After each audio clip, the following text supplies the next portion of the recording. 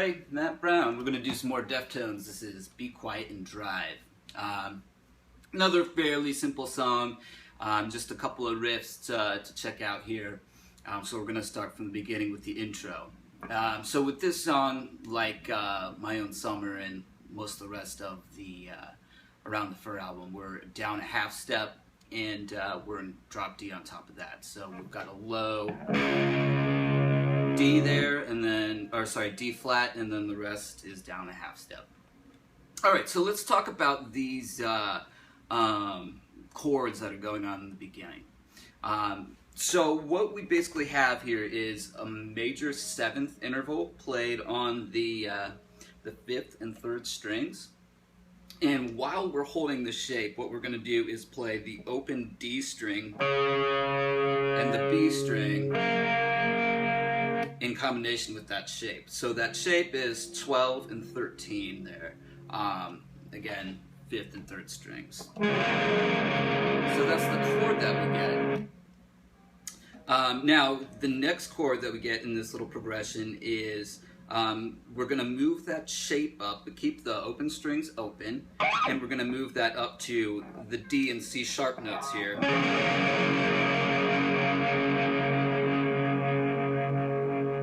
So if you analyze what we're getting is you're kind of getting like Sublydian harmony. Like you're getting at first here a D major type sound with sharp 11 in the 6th, the 5th is the A, and then here you've got like you've got the root doubled, the major 7th and the 6th. So if you put all those notes together, you're kind of getting like a D Lydian sound. And I'll refer to these notes as though we're playing in standard tuning, just so we're all on the same page. So we're playing in the key of D, not D flat.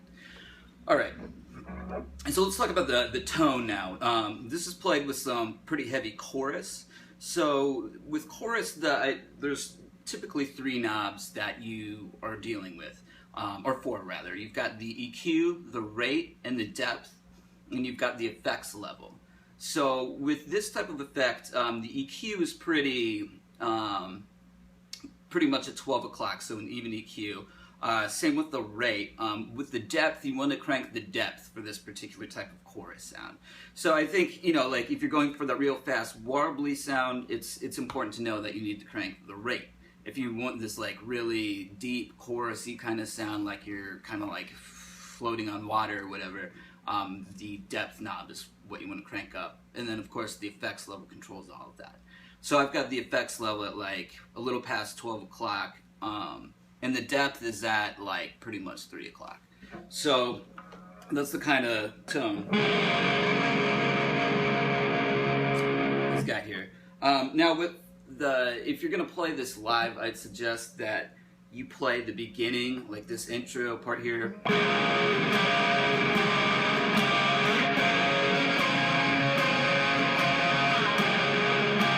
With your volume control rolled down a little bit. And the reason for that is, when the band kicks in with the, you want that part to just slam and be loud. So, roll that volume down, turn your chorus on, goes like this.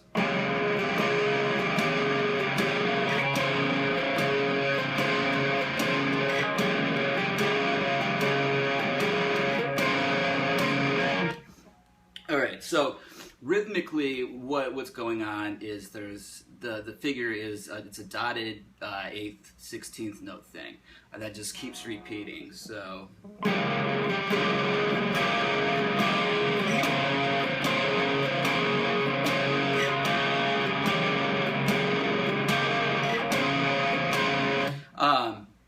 so that happens. That rhythm's in the first 2 bars, and then they do the same rhythm in the 3rd bar. And then to end this little intro figure, we're just going to do 2 quarter notes. And then we're going to slide out of that chord on the 2nd quarter note. Rest, rest. And during that rest is when you want to turn up your volume and turn off the chorus. Okay, so something about technique here that I wanted to talk about. I have fairly small hands, and I'm playing a Les Paul, which is not exactly the easiest guitar to like play these kind of chord grips up with. So you might have noticed that I took the thumb off of the fretboard, which is something you might want to try, at least with the second chord, to see if that makes things easier for you. So.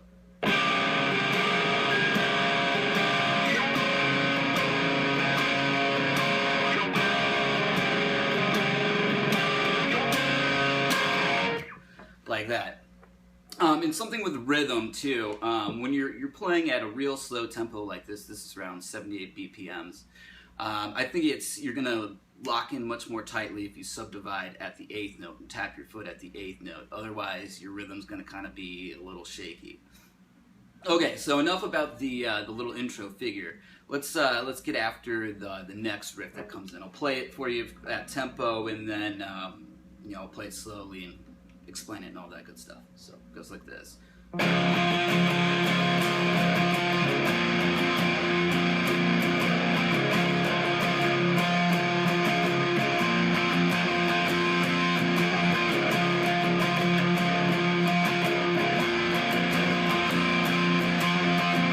Alright, so that's the idea. I'll do it slowly a few times.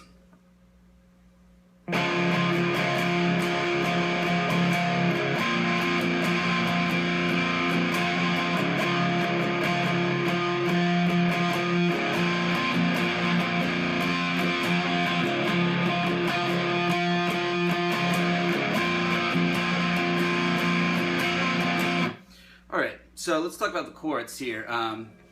Basically, we've got a D chord with the 5th omitted. And it's kind of cool if you look at their other songs. This is kind of a thing he does pretty often. Like Change has... it's the same type idea, but it's in minor, so we've got a D minor chord with the octave.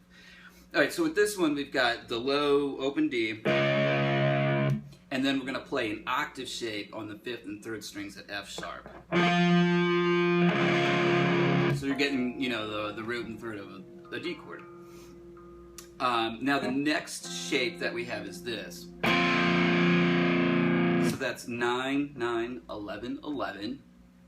And a lot of people, you might hear this called different names, like B sus2 or B5 add 9, something like that. Alright, so the rhythm that we're going to go for the first bar is this. So it's pretty syncopated. So I'll just loop that first bar slowly so you can get that rhythm locked in.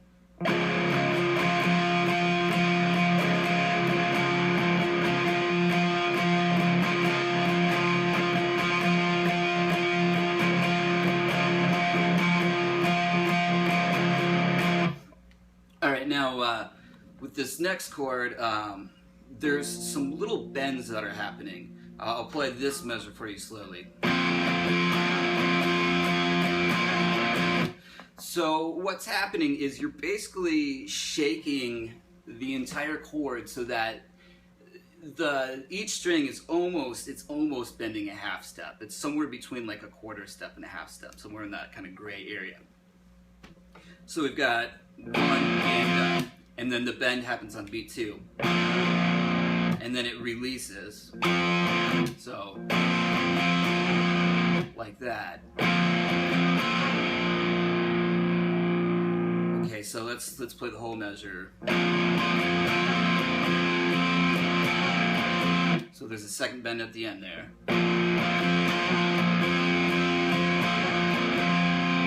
So let's put it all together now slowly.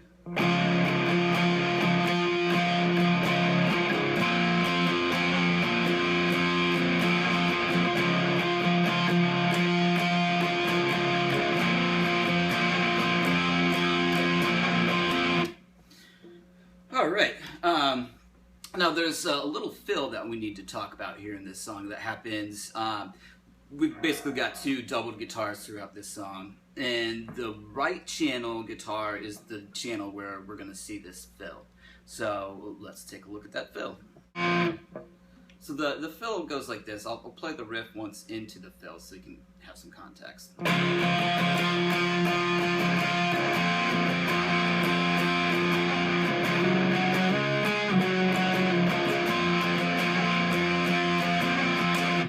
Alright, so slowly the fill is...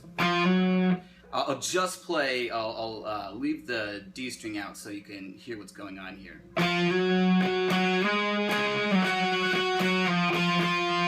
So again.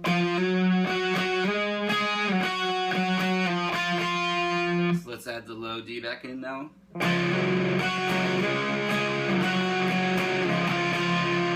Back at tempo. Back in context.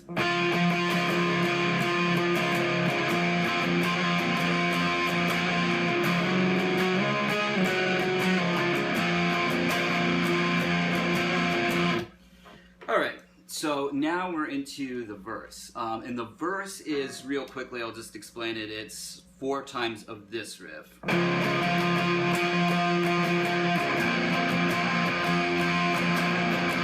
So that happens 4 times.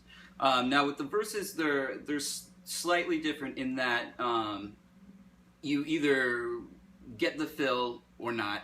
So the first verse, we don't see the fill played in the right channel.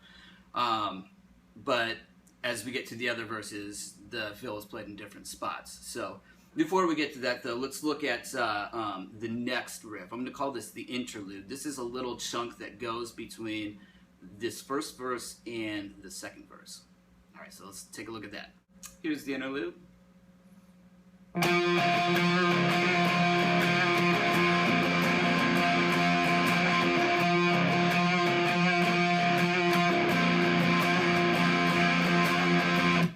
Alright, so what's going on here is it's kind of similar to the verse riff, but it's a little bit different. So we're not playing the open D at the same time as the F sharp octave shape.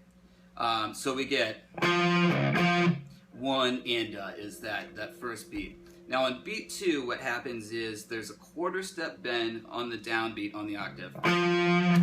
Just so, real slight bend. And then you're going to play the low D, and then do another real slight bend on the octave. So it's another 1 and a, or the rhythm would be 2 and a here. Like that. So to put the whole measure together slowly, we have this. So there's another little quarter step bend on beat 4. So look out for that. So I'll just loop this measure a few times.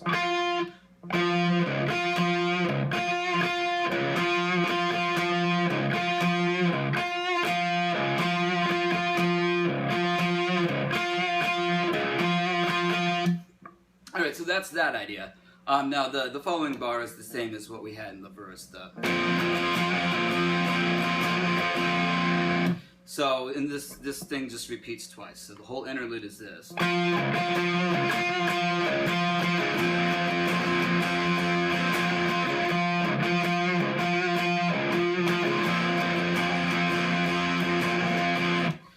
Alright, so then we get the next verse. So with the next verse, the fill is played not the last time through the riff, but the second to last time through the riff. Alright, and so then we have basically a chorus to talk about. So with the chorus, the chords are the same as the very beginning intro that we already talked about.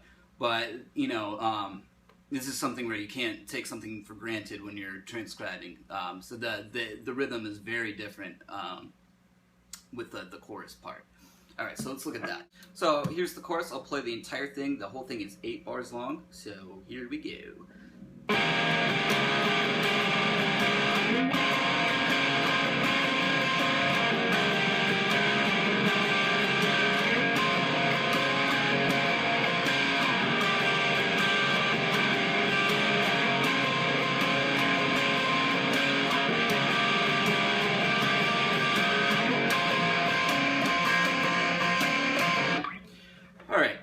So the first measure, the rhythm is a little bit different, and then for the rest of the 7 measures, the rhythm is consistent. So on beat 1 of the first measure of the chorus, we have a dotted 8th 16th note thing, like that. And then beat 2, we have 2 and a, and then, well, I'll play the whole first measure for you slowly.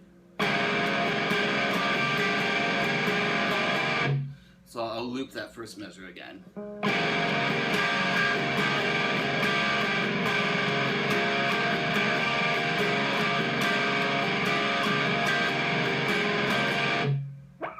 Okay, and now the rhythm for the rest of the chorus is ba ba ba ba ba ba ba ba ba ba ba ba ba ba ba ba ba. So hopefully you get the idea there. So to put the first 2 bars together, we get this.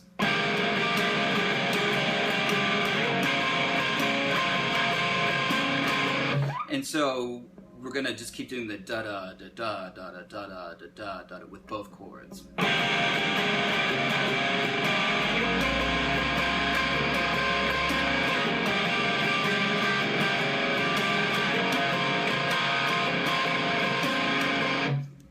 All right, so the final measure, what happens is he's just slowly starting to kind of pull on the strings that are fretted to get just like a tiny bend. You know, that type of deal. It's, you know, just slightly bend. That type of thing. To get that just kind of gross effect. And it gives some tension that leads into the next part. All right. So then at the end of this chorus, we have the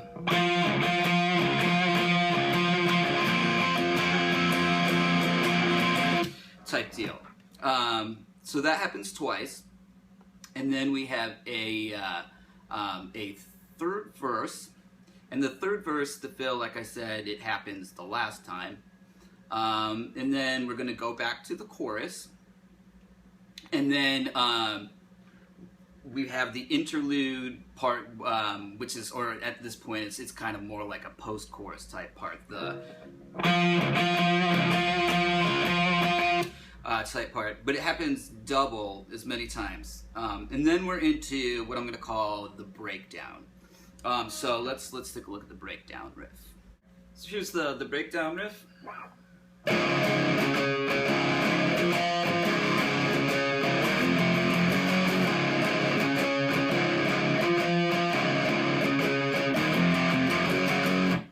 So let's look at that much. All right, so what we're going to do here is we're going to play 2 heavy downstrokes on a D5 power chord on beat 1. So, and these are 3-string power chords. All right, then what we have is the harmonic at the 5th fret, 3 strings, low 3 strings, like that, and then another D5 thing, and then we're going to do the harmonics at the 4th fret. Which are actually higher. Alright, so the next measure we're going to do so that's the 5th fret there. And then we're going to do this. So that's the 2nd fret going to the 4th fret, then the 4th to the 5th.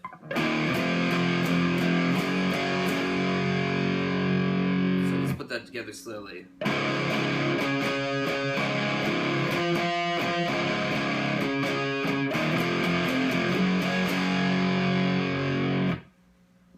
All right, so that repeats a few times. Then what we get is,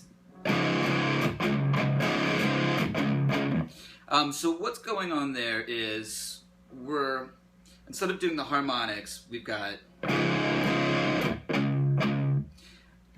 so it's on beat 2 we've got those 3 strings muted, and I would say centering your hand somewhere around the 2nd fret, but what you want to make sure is that your fingers aren't muting the strings in a way that you're going to get like a real potent harmonic, I guess. So it's just a dead sound. And then we've got the palm muted D notes there. So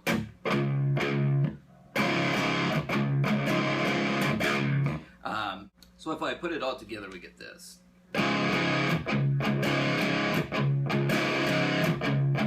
Like that. And then you get that. Now, in the second bar, the one guitar, well, I'll back up to the previous bar, does this.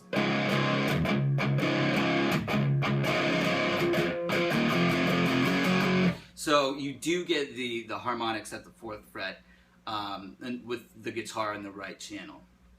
And then we go back to just both guitars doing.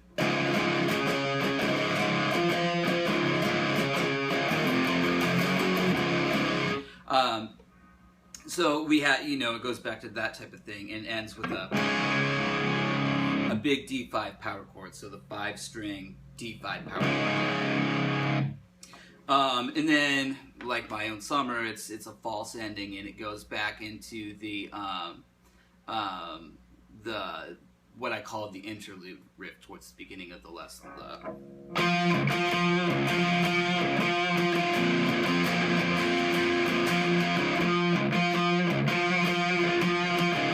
Now, the right channel guitar as the song fades out it's improvising, and it's just kind of doing octave type stuff that's kind of similar to the fill that happened during the verses. So you could do like.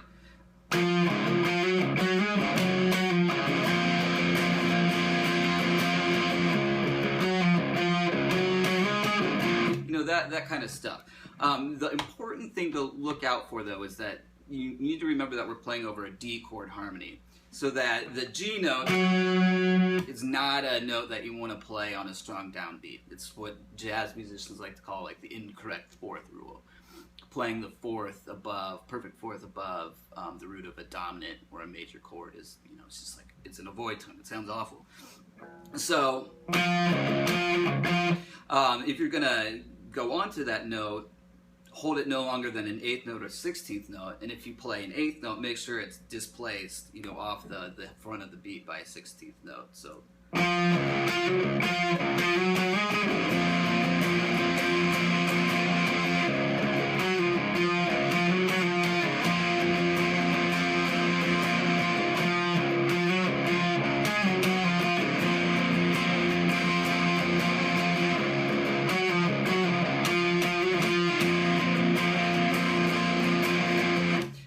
That type of deal will get the job done. So yeah, and then this just fades out. If you want to cover this with a band or whatever, maybe look to how they end it live on YouTube. Check that out.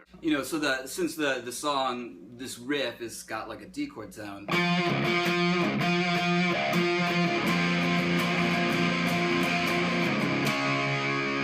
Could end on some sort of a D chord, just simply end it like that. But anyway, that's the deal with this one. I am Matt Brown. If you guys want some lessons or transcription of this song, just email me. My email address is at the top of my YouTube page. Alright, have a good one, everybody. Probably some more Deftones coming.